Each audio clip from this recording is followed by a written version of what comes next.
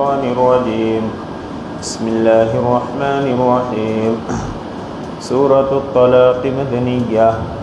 يا أيها النبي إذا طلقتم النساء فطلقوهن لعدتهن وأحصوا العدة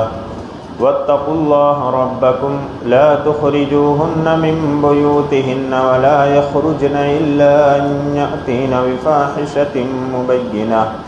وتلك حدود الله ومن يتعد حدود الله فقد ظلم نفسه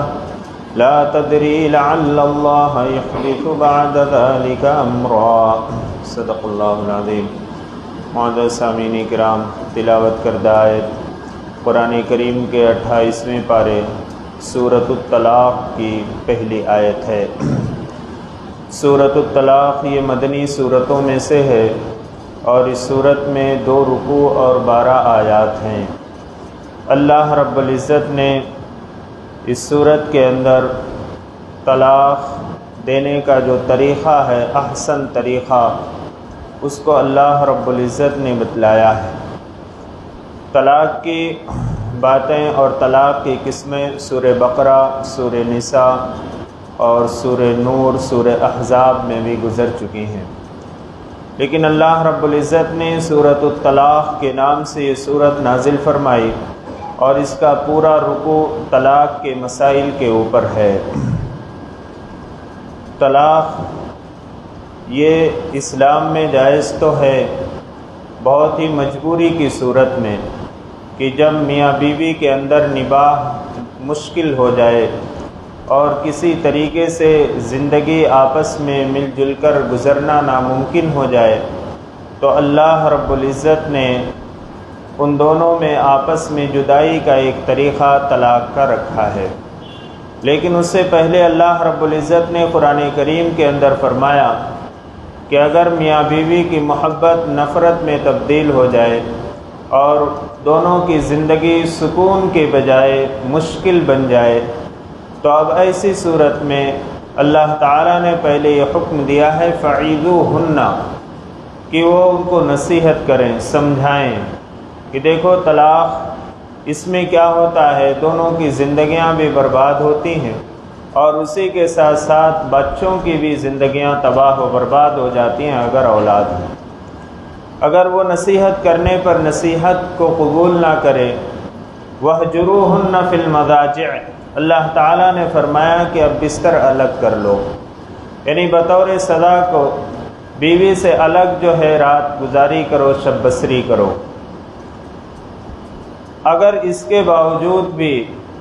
بیوی اپنی حرکتوں سے باز نہیں آتی ہے اور آپس میں اختلاف اور انتشار اور بدزبانی اور آپس میں نفرت کی باتیں اور ایک دوسرے سے لڑنا جھگڑنا، یہ ساری چیزیں ابھی بھی چلتی ہی رہ رہی ہیں، تو اللہ تعالیٰ نے حکم دیا وَاضْرِبُوهُنَّ، یعنی شریعت کے حدود میں رہتے ہوئے انہیں سزا بھی دو، یعنی مارنے کا بھی حکم ہے۔ لیکن جناب محمد رسول اللہ صلی اللہ علیہ وسلم نے ایک موقع پر فرمایا کہ اپنی بیوی کے چہرے پر مت مارو، اس لیے کہ تم اس کے چہرے سے پیار کرتے ہو، محبت کرتے ہو۔ تو شریعت کے حدود میں رہتے ہوئے سزا دینے کا حکم، یہ تیسرا درجہ ہے۔ اب ان 3 درجوں کے بعد بھی اگر زندگی کے اندر کوئی تبدیلی نہیں آتی ہے اور بیوی اپنی ہٹ درمی اور ضد کے اوپر قائم ہے تو اللہ تعالیٰ نے حکم دیا فَإِنْ خِفْتُمْ شِقَاقَ بَيْنِهِمَا فَابْعَثُوا حَكَمًا مِّنْ أَهْلِهِ وَحَكَمًا مِّنْ أَهْلِهَا۔ اب اس کے بعد چوتھی صورت یہ ہے کہ بیوی کے خاندان سے ایک آدمی اور شوہر کے خاندان سے ایک آدمی دونوں جمع ہوں، اکٹھا ہوں اور اس کے بعد دونوں سمجھانے کی کوشش کریں، یعنی ایک شخص جو ہے وہ عورت کی طرف سے ہو اور ایک آدمی مرد کی طرف سے، یہ حکم بیٹھایا جائے کہ دونوں کو سمجھایا جائے۔ جیسے اس زمانے کے اندر عمارتیں شرعیہ ہوتی ہیں یا جو ہے ایسی عدالتیں ہوتی ہیں شرعی، جہاں پر میاں بیوی کے اندر صلح اور صفائی کرائی جاتی ہے اور آپس کے اختلافات کو قرآن و حدیث کی روشنی میں سمجھا کر دور کیا جاتا ہے۔ تو یہ 4 قسمیں ہیں۔ اس کے بعد بھی اگر معاملہ سلجھ نہیں رہا ہے تو پھر طلاق دینے کا حکم ہے۔ اور پھر طلاق کے بارے میں جناب محمد رسول اللہ صلی اللہ علیہ وسلم نے فرمایا کہ اللہ رب العزت کے نزدیک حلال چیزوں میں سب سے ناپسندیدہ چیز طلاق ہے، یعنی اللہ تعالیٰ نے اس کو حلال تو قرار دیا ہے ضرورت کے وقت، لیکن اللہ تعالیٰ کو یہ بہت ہی ناپسندیدہ ہے۔ اور ایک مرتبہ حضرت علی رضی اللہ عنہ نے فرمایا کہ تم نکاح کرو اور دیکھو طلاق نہ دو، اس لیے کہ طلاق دینے سے اللہ کا عرش ہل جاتا ہے۔ اور دیکھا جائے تو معاشرے کے اندر ذرا سی بات پر جو طلاق دی جاتی ہے، اس سے معاشرے کے اندر کس طرح تباہی آتی ہے کہ وہ بچے ماں اور باپ کے ہونے کے باوجود بھی بچے یتیم ہو جاتے ہیں، یعنی ان کا کوئی پرسان حال نہیں ہوتا، اور باپ اور ماں کے درمیان یہ بچے لٹک کر رہ جاتے ہیں، ان کی زندگی آگے چل کر تباہ ہو جاتی ہے اور معاشرے کے اندر بڑا بگاڑ اور فساد آتا ہے۔ لیکن ضرورت جب اس کی پڑتی ہے تو اللہ رب العزت نے اس کی اجازت دی ہے اور اس کو حلال قرار دیا ہے۔ اور اللہ تعالیٰ نے اور اس کے پیارے حبیب سرکار دو عالم صلی اللہ علیہ وسلم نے فرمایا کہ اگر طلاق کی نوبت آ جائے تو طلاق دینے کا احسن طریقہ، سب سے بہتر طریقہ یہ ہے کہ جب بیوی ماہواری سے پاک ہو اور اس طہر یعنی پاکی کے زمانے میں اس بیوی سے صحبت نہ کی گئی ہو، اس وقت طلاق دینا چاہیے۔ یعنی بیوی حیض سے پاک ہو اور پاک ہونے کے بعد اس طہر اور اس پاکی کی حالت میں اس سے صحبت نہ کی گئی ہو، اس جو ہے پاکی کے ایام میں طلاق دینا سب سے احسن طریقہ، سب سے بہتر طریقہ ہے، اور اس میں ایک ہی طلاق دینا چاہیے۔ ایک طلاق دینے میں گنجائش یہ رہتی ہے کہ عدت پوری ہونے سے پہلے جو حائضہ عورت، یعنی جس عورت کو حیض آ رہا ہو، اس عورت کی عدت شریعت میں 3 طہر بتلائی گئی ہے، 3 پاکی، یعنی ایک مرتبہ حیض آیا، اس کے بعد وہ پاک ہو گئی، اس پاکی کی حالت میں اس کو طلاق دی گئی، تو یہ پاکی کے جو ایام گزریں گے وہ اس کا ایک طہر گزر جائے گا۔ پھر حیض آیا، پھر پاک ہوئی تو دوسرا طہر ہو گیا، اور پھر حیض آیا، پھر پاک ہوئی تو تیسرا طہر ہو گیا، یعنی 3 پاکی کی حالت جو ہے اس کی عدت شمار کی گئی ہے شریعت میں۔ بعض فقہا نے اس کو حیض سے شمار کیا ہے، لیکن اصل جو مفتہ بہی قول ہے وہ یہی ہے کہ پاکی کی حالت میں اس کی عدت شمار کی جائے گی۔ اب یہ جو 3 پاکی کے مہینے ہوتے ہیں، مہینے کہہ لیجئے، یہ مہینے اس کی عدت کے دن ہیں۔ اگر کوئی شخص اپنی بیوی کو پہلے طہر میں طلاق دیتا ہے تو یہ 3 پاکی کے طہر گزرنے سے پہلے وہ اس سے رجوع کرنا چاہے تو رجوع کر سکتا ہے، یعنی یوں کہہ سکتا ہے کہ جو میں نے طلاق دی تھی اس کو واپس لیتا ہوں، یا میاں بیوی کے جو تعلقات ہوتے ہیں وہ تعلقات کو قائم کر لے، اس سے صحبت کر لے، اس سے محبت کرنے لگے، اس سے بوس و کنار کرے، تو گویا یہ طلاق سے رجوع کر لیا ہے، اب وہ اس کی بیوی بن کر جو ہے زندگی گزارے گی۔ لیکن اس میں ایک چیز کا خیال رکھنا چاہیے کہ جو ایک طلاق دے دیا ہے اس نے، ہر انسان کے اس کوٹے میں 3 طلاقیں ہوتی ہیں، یعنی 3 طلاق اگر کوئی دیتا ہے تو وہ ہمیشہ ہمیش کے لیے وہ عورت اس کے نکاح سے نکل جاتی ہے۔ اب اگر کسی نے ایک طلاق رجعی دی ہے اور پھر رجوع کر لیا ہے تو اب اس کے حصے میں صرف 2 طلاقیں رہ گئی ہیں، یعنی اگر پھر کسی وقت اس نے 2 طلاقیں دے دیں تو وہ عورت ہمیشہ ہمیش کے لیے اس کے نکاح سے نکل جائے گی، کیونکہ وہ اس کا ایک استعمال کر چکا ہے۔ دوسری صورت طلاق کی یہ ہوتی ہے جسے طلاق سنت کہا جاتا ہے، وہ یہ ہے کہ ایک طہر میں پاکی کی حالت میں پہلی طلاق دے، رجوع نہیں کیا تو دوسرے طہر میں دوسری طلاق دے دے، اور تیسرے طہر میں تیسری طلاق دے دے، تو وہ عورت اس سے ہمیشہ ہمیش کے لیے اس کے نکاح سے نکل جائے گی۔ اب اگر میاں بیوی دوبارہ رجوع کرنا چاہیں، نکاح کرنا چاہیں، تو پھر وہ حلالہ کی صورت شریعت میں بتلائی گئی ہے کہ وہ عورت کسی مرد سے نکاح کرے عدت گزرنے کے بعد، وہ عورت کسی مرد سے نکاح کرے، پھر وہ اس مرد کا انتقال ہو جائے یا وہ مرد اس عورت کو طلاق دے دے، پھر وہ عورت عدت گزار لے، عدت گزارنے کے بعد پھر وہ پہلے شوہر سے نکاح کر سکتی، جسے حلالہ کہا جاتا ہے۔ یہ طلاق کی جو ہے سنت طریقہ ہے۔ اور تیسرا طریقہ ہے جسے طلاق بدعت کہا جاتا ہے، کہ ایک ہی مجلس میں آدمی تینوں طلاقیں دے دے۔ یہ طلاق بدعت ہے، لیکن اس سے طلاق واقع ہو جاتی ہے اور تینوں طلاق واقع ہو جاتی ہے۔ تمام ائمہ اربع یعنی چار جو امام گزرے ہیں، امام ابو حنیفہ، امام شافعی، امام مالک، امام احمد ابن حنبل رحمۃ اللہ علیہ،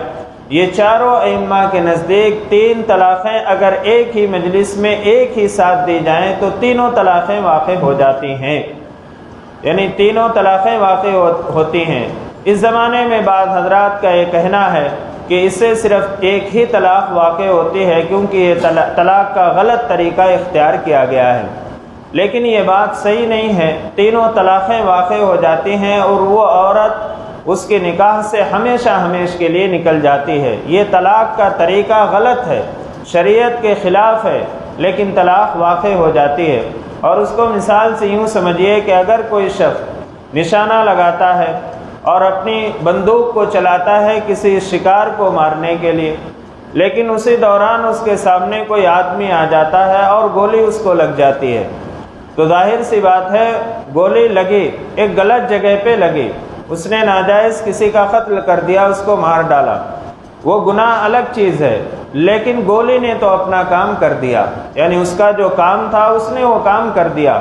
یہی صورتحال اس طلاق کی بھی ہے کہ اگر کوئی شخص تین طلاق ایک ہی مجلس میں ایک ہی وقت میں دیتا ہے، اس نے غلط طریقہ اختیار کیا، لیکن تینوں طلاق واقع ہو جائے گی۔ چاروں اماموں کا اس پر اتفاق ہے کہ وہ تینوں طلاق اس پر واقع ہو جائے گی، وہ عورت اس کے لیے ہمیشہ ہمیشہ کے لیے حرام ہو جائے گی۔ تو اللہ رب العزت اور اس کے پیارے حبیب صلی اللہ علیہ وسلم نے طلاق کا جو احسن طریقہ بتلایا ہے وہ یہ ہے کہ پاکی کی حالت میں جس طہر کے اندر صحبت نہ کی گئی ہو اس طہر میں اسے طلاق دیا جائے اور پھر اس کو جو ہے چھوڑ دیا جائے۔ اس میں یہ ہوتا ہے کہ بیوی جب اسی گھر میں رہتی ہے اور ایک دوسرے کا آمنا سامنا ہوتا ہے، پھر محبت جو ہے وہ جاگ اٹھتی ہے، پرانی یادیں جو ہے جاگ اٹھتی ہیں، اس دوران رجوع کا جو ہے موقع مل جاتا ہے۔ اور اگر دو طلاقیں دی ہیں اس کو، پہلے طہر میں طلاق دے، پھر دوسرے طہر میں دوسری طلاق دے، اس کو طلاق بائن کہا جاتا ہے۔ اب تیسرا طہر گزرنے سے پہلے یعنی عدت گزرنے سے پہلے اس عورت سے رجوع کرنا چاہے تو اس کی صورت یہ ہوتی ہے کہ اس سے تجدید نکاح کر لے، یعنی دوبارہ اس سے نکاح کر لے، اس کو طلاق بائن کہا جاتا ہے۔ اس میں نکاح کی گنجائش رہتی ہے کہ دوبارہ نکاح کر کے اس کو اپنی زوجیت میں داخل کر لے، لیکن یہاں بھی وہی صورتحال ہے کہ اب وہ دو طلاقیں اس کے حصے سے نکل چکی ہیں، ایک ہی طلاق اس کے حصے میں رہ گئی ہے۔ دوبارہ نکاح کرنے کے بعد اگر اس نے ایک ہی طلاق دے دی تو پھر وہ عورت ہمیشہ ہمیشہ کے لیے اس کی زوجیت سے، اس کی نکاح سے نکل جائے گی، کیونکہ دو پہلے ہی استعمال کر چکا ہے، ایک اس کے پاس باقی تھی۔ اور تیسری طلاق جو جسے طلاق مغلظہ کہا جاتا ہے، وہ طلاق یہ ہے کہ تین طہروں میں الگ الگ ہر طہر میں طلاق دی جائے، اس سے عورت جو ہے ہمیشہ ہمیشہ کے لیے اس کے نکاح سے ختم ہو جاتی ہے اور پھر اس کے لیے حلالہ کی صورت ہوتی ہے۔ تو یہ نکاح کی قسمیں شریعت کے اندر بتلائی گئی ہیں، طلاق کی قسمیں بتلائی گئی ہیں۔ شریعت میں طلاق دینا اگرچہ ضرورت کے وقت جائز ہے، لیکن اس کا صحیح استعمال کرنا چاہیے۔ یا ایھا النبی اذا طلقتم النساء، اللہ تعالیٰ فرماتے ہیں کہ اے نبی جب تم لوگ اپنی عورتوں کو طلاق دینے لگو، یہاں خطاب حضور اکرم صلی اللہ علیہ وسلم سے ہے اور آپ صلی اللہ علیہ وسلم کے واسطے سے ساری امت کو خطاب کیا گیا ہے۔ عربوں کا یہ دستور تھا اور قدیم زمانے میں بادشاہوں کا یہ طریقہ تھا کہ وہ جب قوم کو کوئی حکم دینا چاہتے تھے تو اپنے سرداروں کو مخاطب فرماتے تھے، ڈائریکٹ قوم کو کوئی جو ہے حکم نہیں دیتے تھے۔ اللہ رب العزت نے جناب محمد رسول اللہ صلی اللہ علیہ وسلم کو مخاطب فرماتے ہوئے امت کو یہ حکم دیا ہے کہ جب تم عورتوں کو طلاق دینے لگو فَطَلِّقُوهُنَّ لِعِدَّتِهِنَّ، تو ان کو تم ان کے عدت کے وقت طلاق دیا کرو۔ عدت کے وقت سے مراد یہ ہے کہ طہر اور پاکی کی حالت میں عدت شمار ہوتی ہے، لہذا طلاق دینے کا بہتر وقت یہ ہے کہ جب عورت حیض سے پاک ہو اور وہ غسل کر لے اور اس طہر کے اندر ہم بستری نہ ہوئی ہو، اس طہر کے اندر طلاق دینا بہتر ہے۔ لعدتہن، اس کے عدت کے وقت، اس سے مراد یہ ہے کہ اس کے عدت کو شمار کرنے میں آسانی ہو اور اس کی عدت طہر سے ہی شمار ہوگی، لہذا عورت کے اوپر زیادہ بوجھ نہیں پڑے گا۔ اور اگر تم نے اس طہر کی حالت میں اس سے ہم بستری کر لی ہے اور ہو سکتا ہے کہ اس کو حمل ٹھہر گیا ہو، تو اب حمل جس عورت کو ٹھہر جائے اس کی عدت جو ہے وہ وضع حمل ہوتی ہے، یعنی بچہ پیدا ہونے تک وہ عدت کے اندر رہے گی اور اس کے اخراجات جو ہے شوہر کو اٹھانے پڑیں گے۔ تو اس میں بھی عورت کے لیے ایک تنگی ہے، ایک مشکل کا سامان ہے، اس لیے اللہ تعالیٰ نے یہ فرمایا کہ اس کی عدت کے وقت، یعنی جس وقت عدت شمار کی جاتی ہے اس وقت طلاق دو۔ وَأَحْسُنْ عِدَّةَ، اور عدت کو اچھی طرح سے شمار کرو، اس کی دیکھ بھال کر لیا کرو، یعنی 3 طہر جو ہے مطلقہ کی عدت ہے اس کو اچھے طریقے پر شمار کر لیا کرو۔ اس میں مرد کو حکم دیا گیا ہے، جبکہ عدت کو شمار کرنا عورت کا کام ہے، لیکن مرد کو اس لیے حکم دیا گیا کہ مرد کو اس کے اخراجات دینے ہیں، یعنی جب تک عورت عدت کے اندر ہے اس کے اخراجات اٹھانا مرد کی ذمہ داری ہے، مرد کے اوپر جو ہے وہ ضروری ہے کہ اس عورت کے اخراجات اٹھائے، اس لیے اللہ تعالیٰ نے حکم دیا کہ عورت کو اچھی طرح عدت کو اچھی طرح شمار کر لو۔ واتقوا اللہ ربکم، اور دیکھو اللہ سے ڈرتے رہو جو تمہارا پروردگار ہے۔ اللہ رب العزت نے جہاں بھی احکام نازل فرمائے ہیں وہاں پہ اللہ سے ڈرنے کا حکم دیا ہے، اس لیے کہ دنیا کے قوانین کسی کو اس قانون پر زبردستی یا دباؤ کے ذریعے سے عمل نہیں کروا سکتے۔ اگر عمل کروانے کی کوشش کرتے ہیں تو لوگ اس کا چور دروازہ کھول لیتے ہیں، چور راستہ نکال لیتے ہیں۔ اللہ رب العزت نے یہ حکم دیا کہ دیکھو اللہ سے ڈرو۔ اللہ کا جب ڈر اور خوف دل کے اندر پیدا ہوتا ہے تو اللہ کے احکام پر عمل کرنا آسان ہو جاتا ہے، ورنہ دنیا کی کوئی طاقت انسان کو اس کے قوانین پر عمل نہیں کروا سکتی، اس کے چور دروازے انسان نکالتے رہتا ہے۔ لا تخرجوہن من بیوتہن، اللہ تعالیٰ نے یہ حکم دیا کہ اگر تم نے طلاق دے دی ہے، یا طلاق رجعی دی ہے ایک طلاق، یا طلاق بائن دی ہے، یعنی 2 طلاقیں دے دی ہیں، اب اللہ تعالیٰ فرماتے ہیں کہ دیکھو تم ان کے رہنے کے گھروں سے انہیں مت نکالو، یعنی عدت عورت کہاں گزارے گی؟ عدت اپنے شوہر کے گھر کے اندر گزارے گی، یعنی شوہر کے گھر کے اندر ایسا کمرہ ہونا چاہیے جس کے اندر وہ رہے، وہ عدت گزارے۔ اگر جو ہے ایسی گنجائش نہیں ہے کہ میاں بیوی دونوں الگ الگ گھر کے اندر عدت گزار سکیں تو اب یہ حکم ہے کہ شوہر اس گھر کو چھوڑ کر جائے، عورت کو گھر سے نکلنے کا حکم نہیں ہے۔ شریعت کا مزاج دیکھیے کہ اللہ رب العزت نے کس طرح سے عورت کے حقوق کو اور اس کی رعایت کو رکھا ہے۔ آج معاشرے کے اندر، اس ملک کے اندر مسلمانوں کو اور اسلام کو بدنام کیا جاتا ہے کہ عورتوں کے ساتھ مسلمان اور اسلام ناانصافی کرتے ہیں، لیکن دیکھیے اللہ تعالیٰ نے یہ حکم دیا ہے کہ ان کو ان کے رہنے کے گھروں سے، یعنی ان عورتوں کو ان کے رہنے کے گھروں سے نہ نکالو۔ اور شریعت میں یہ ہے کہ اگر کمرہ ایک ہی ہے گھر کے اندر تو اس میں عورت رہے گی، مرد کہاں رہے گا؟ مرد کے لیے اگر رہنے کی گنجائش نہیں ہے تو مرد اس گھر کو چھوڑ کر جائے جب تک وہ عورت عدت کے اندر ہے۔ ہاں، عورت کی جب عدت پوری ہو جائے گی تو اپنے ماں باپ یا اپنے میکے کے اندر جائے گی، یا اس عدت پوری ہونے کے بعد وہ دوسرا نکاح کر کے اپنے نئے شوہر کے ساتھ زندگی گزار سکتی ہے۔ لیکن اللہ تعالیٰ نے یہ حکم دیا کہ جب تک عدت کے اندر ہے ان کے رہنے کے گھروں سے نہ نکالو۔ ولا یخرجن، اور اللہ تعالیٰ نے یہ حکم دیا کہ وہ عورتیں خود بھی نہ نکلیں، یعنی اپنے آپ سے نہ نکلیں۔ اب آج کل حالات ایسے ہیں کہ عورتیں جیسے یہ طلاق یا خلا یا کسی رنجش کی بات آتی ہے فوراً جو ہے وہ ناراض ہو کر اپنے ماں باپ کے گھر آ جاتی ہیں، اور ذرا سی بات پر اختلاف ہو گیا، کچھ کھٹ پٹ ہو گئی، کچھ تھوڑی موڑی لڑائی ہو گئی تو فوراً ماں باپ کے یہاں جاتے ہیں، اور ماں باپ بھی یہ کرتے ہیں کہ فوراً بچی کو بلا لیتے ہیں کہ بیٹی آ جاؤ، تمہارے ماں باپ ابھی زندہ ہیں، تمہارے بھائیاں ہیں، تمہارا سہارا موجود ہے۔ یہ چیزیں بہت غلط ہے، یہ معاشرے کے اندر خرابی اور بگاڑ اور فساد کا ذریعہ اور سبب ہے۔ آج کورٹ میں چلے جائیے تو سب سے زیادہ کیس جو ہے مسلمانوں کے طلاق کے، خلے کے اور یہ سارے کیسز نظر آ رہے ہیں۔ آج جیل خانوں کے اندر جائیے تو مسلمانوں کی آبادی 15 سے 22% ہے، لیکن جیل کے اندر مسلمانوں کی تعداد 32% سے لے کر 40% تک مسلمان جیل کے اندر ہے۔ تو یہ ساری چیزیں کیوں ہیں؟ ذرا ذرا سے اختلاف اور لڑائی اور جھگڑے کو، معمولی بات کو بہت بڑی بات بنا دیتے ہیں۔ نہ ماں باپ اور بچوں کو یہ سکھلاتے ہیں کہ دیکھو بیٹا صبر کرنا،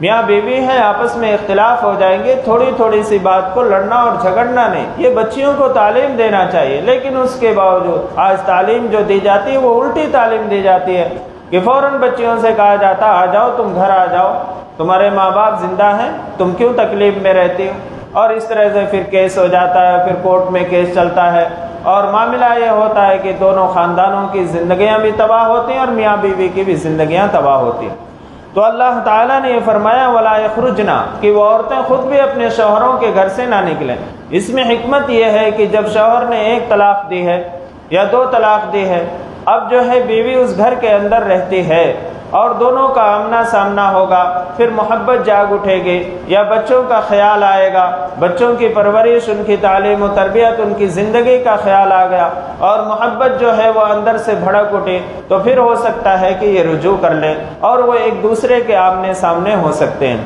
تیسری جو طلاق ہوتی ہے جسے طلاق مغلظہ کہا جاتا ہے، جس میں بیوی ہمیشہ ہمیشہ کے لیے حرام ہو جاتی ہے، بغیر حلالے کے وہ اس کے لیے حلال نہیں ہوتی ہے، اس صورت میں یہ ہے کہ عورت تو عدت شوہر کے گھر میں ہی گزارے گی، لیکن اب اس صورت میں وہ جو عورت ہے وہ اپنے شوہر سے پردہ کرے گی، یعنی عدت تو گزارے گی شوہر کے گھر میں ہی، لیکن اس سے پردے کے ساتھ رہے گی۔ 3 طلاق جو دی گئی ہو، مطلقہ جو جسے مغلظہ کہا جاتا ہے، طلاق مغلظہ کہ جس کے بعد بغیر حلالے کے نکاح درست نہیں ہوتا، تو عورت جو ہے عدت تو شوہر کے گھر میں ہی گزارے گی لیکن پردے کے ساتھ گزارے گی، اور 1 اور 2 طلاق ہونے کی صورت میں عورت جو ہے عدت شوہر کے گھر میں گزارے گی لیکن آمنے سامنے آ سکتی ہے اور اس سے پردہ کرنا ضروری نہیں ہے، تاکہ پھر جو ہے آپس میں محبت ہو جائے اور پھر جو ہے وہ رجوع کر لیں اور تجدید نکاح کر کر زندگی گزاریں۔ الا ان یاتین بفاحشۃ مبینہ، اللہ تعالیٰ نے فرمایا ہاں اگر کوئی عورت کھلم کھلا برائی کا، بے حیائی کا ارتکاب کرتی ہے، بس زبانی کرتی ہے، لڑتی ہے، جھگڑتی ہے، اب ایسی صورت میں یہ ہے، یا برائی کا ارتکاب کرتی ہے، برائی کا مطلب یہ ہوتا ہے کہ بسا اوقات بعض عورتیں اتنی خراب ہوتی ہیں کہ وہ کسی دوسرے سے ناجائز تعلق قائم کر لیتی ہیں اور اپنے شوہر سے لڑتی جھگڑتی ہیں، بے حیائی کا، کھلم کھلا بے حیائی کا ارتکاب کرتی ہیں، تو ایسی صورت میں یہ حکم ہے کہ اگر تم نے ان کو طلاق دیا ہے تو تم ان کو اپنے گھروں سے نکال دو، یعنی عدت وہ شوہر کے گھر میں اب نہیں گزاریں گی، بس زبانی کرتی ہے، بات بات پہ لڑتی ہے، جھگڑتی ہے، گالی گلوچ کرتی ہے، تو ایسی کھلم کھلا بے حیائی کرنے والی عورت جسے طلاق دی گئی ہو، اسے عدت تک اس گھر میں رہنے کی اجازت نہیں ہے۔ اللہ تعالیٰ فرماتے ہیں اسی بے حیا عورت کو اس گھر سے نکال دو۔ وَتِلْكَ حُدُودُ اللَّهِ، اور یہ اللہ کے حدود ہیں، یہ اللہ تعالیٰ نے ایک باؤنڈری، ایک وال، ایک دیوار قائم کر رکھی ہے، اس حدود میں رہتے ہوئے طلاق کو دینا ہے اور اس حدود میں رہتے ہوئے عدت کو پوری کرنا ہے۔ وَمَن يَتَعَدَّ حُدُودَ اللَّهِ فَقَدْ ظَلَمَ نَفْسَهُ، اور جو کوئی اللہ کے حدود سے تجاوز کرے گا، فَقَدْ ظَلَمَ نَفْسَهُ، تو وہ اپنے آپ پر ظلم کر رہا ہے،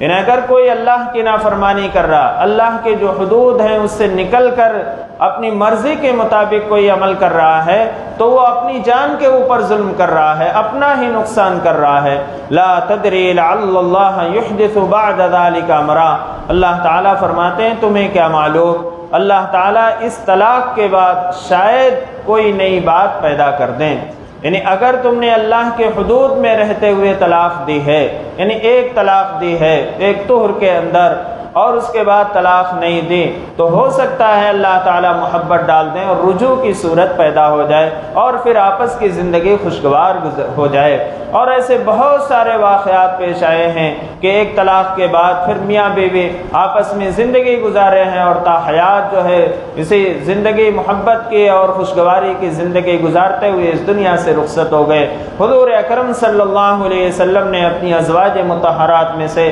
حضرت حفصہ رضی اللہ اللہ عنہ کو ایک طلاق دی تھی، طلاق رجعی ایک طہر میں، اور اس کے بعد پھر آپ نے ان سے رجوع فرما لیا تھا۔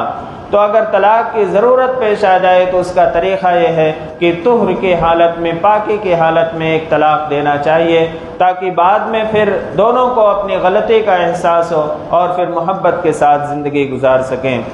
تو طلاق کے بارے میں اور بھی پورا رکوع ہے اور آیات آ رہی ہیں، اس کے احکام کے بارے میں انشاءاللہ اس کو آئندہ اتوار کو سنائیں گے۔ اللہ رب العزت سے دعا ہے اللہ تعالی ہم سب کو عمل کی توفیق عطا فرمائے اور شریعت کے حدود میں رہتے ہوئے زندگی گزارنے والا بنائے۔ الحمدللہ رب العالمین والعاقبۃ للمتقین والصلاة والسلام علی سید الانبیاء والمرسلین محمد وعلی آلہ واصحابہ اجمعین۔ یا رحم الراحمین ہماری خطاؤں کو معاف فرما دیجیے، یا رحم الراحمین لغزشوں کو درگزر فرما دیجیے، یا رحم الراحمین جنت الفردوس نصیب فرمائیے، جہنم سے کاملاً برات عطا فرما دیجیے۔ یا رحم الراحمین ہم گنہگار خطاوار قصوروار بندے ہیں، یا رحم الراحمین ہم سب کی خطاؤں کو لغزشوں کو درگزر فرما دیجیے۔ یا رحم الراحمین آپ معافی کو پسند فرمانے والے ہیں، یا رحم الراحمین آپ بہت معاف فرمانے والے ہیں۔ یا رحم الراحمین ہم سب کے گناہوں کو معاف فرما دیجیے۔ یا رحم الراحمین ہم اپنے گناہوں سے توبہ کرتے ہیں، یا رحم الراحمین ہماری توبہ کو قبول فرما لیجیے، ہم سب کو گناہوں سے بچنے والا بنا دیجیے، گناہوں کی نفرت ہمارے دلوں کے اندر پیدا فرما دیجیے۔ یا رحم الراحمین ہم سب آپ کے مطیع اور فرما بردار بندے بن کر زندگی گزاریں، یا رحم الراحمین ہم سب کو اس کی توفیق عطا فرما دیجیے۔ یا رحم الراحمین آپ نے ہمیں بہت ساری نعمتیں عطا فرمائی ہیں، یا رحم الراحمین ہم سب کو ان نعمتوں کے شکر کرنے کی توفیق عطا فرما دیجیے۔ یا رحم الراحمین ناشکری سے ہم سب کی حفاظت فرما لیجیے۔ یا رحم الراحمین ہماری ناشکری کی وجہ سے جو نعمتیں آپ نے ہمیں عطا فرمائی ہیں، صحت و عافیت کی نعمت آپ نے عطا فرمائی ہے، مال و دولت کی نعمت آپ نے عطا فرمائی ہے، سکون و اطمینان کی نعمت آپ نے عطا فرمائی ہے، ہماری ناشکری اور نااہلی کی وجہ سے یا رحم الراحمین یہ نعمتیں ہم سے چھین مت لیجیے، یا رحم الراحمین چھین مت لیجیے۔ یا رحم الراحمین ہم سب کی خطاؤں کو معاف فرما دیجیے، یا رحم الراحمین ہم سب کو اپنے شکر گزار بندوں میں شامل فرما لیجیے۔ یا رحم الراحمین ہمارے عزیز و قریب، ہمارے رشتہ دار جو اس دنیا سے رخصت ہو گئے، یا رحم الراحمین ان سب کی مغفرت فرما دیجیے، امت مسلمہ کے تمام مرحومین کی مغفرت فرما دیجیے۔ یا رحم الراحمین ہم میں سے جن کے والدین یا ان میں سے کوئی ایک باحیات ہے، یا رحم الراحمین ان کی عمروں میں برکت عطا فرمائیے، انہیں صحت و تندرستی عطا فرمائیے، اور ان کے سایہ عاطفت کو ہمارے سروں پر تا دیر قائم اور دائم رکھیے۔ اور ہم میں سے جن کے والدین یا ان میں سے کوئی ایک اس دنیا سے رخصت ہو گئے، یا رحم الراحمین ان کی مغفرت فرما دیجیے، ان کے درجات کو بلند فرما دیجیے، انہیں کروٹ کروٹ جنت نصیب فرمائیے، جنت الفردوس میں اعلیٰ مقام عطا فرمائیے۔ یا رحم الراحمین ہم سب کو حلال پاکیزہ روزی عطا فرمائیے، ہم سب کی روزی میں خوب خوب برکت عطا فرمائیے۔ یا رحم الراحمین حرام کمائی سے، حرام آمدنی سے تا حیات ہماری بھی، ہمارے آنے والی نسلوں کی بھی حفاظت فرما لیجیے۔ یا رحم الراحمین حضور اکرم صلی اللہ علیہ وسلم نے جن جن خیر کا سوال کیا ہم سب کو اس میں حصہ عطا فرمائیے، اور جن جن شر سے پناہ مانگی ہے ہم سب کی اس سے حفاظت فرما لیجیے۔ یا رحم الراحمین جب تک زندگی عطا فرمائیے ایمان اور عمل صالح پر قائم اور دائم رکھیے، اور جب اس دنیا سے جانے کا وقت آئے یا رحم الراحمین ہم سب کا خاتمہ اکمل ایمان پر نصیب فرمائیے۔ یا رحم الراحمین حضور اکرم صلی اللہ علیہ وسلم کے صدقے طفیل ہماری دعاؤں کو قبول و منظور فرما لیجیے۔ ربنا تقبل منا انک انت السمیع العلیم وتب علینا انک انت التواب الرحیم برحمتک یا ارحم الراحمین۔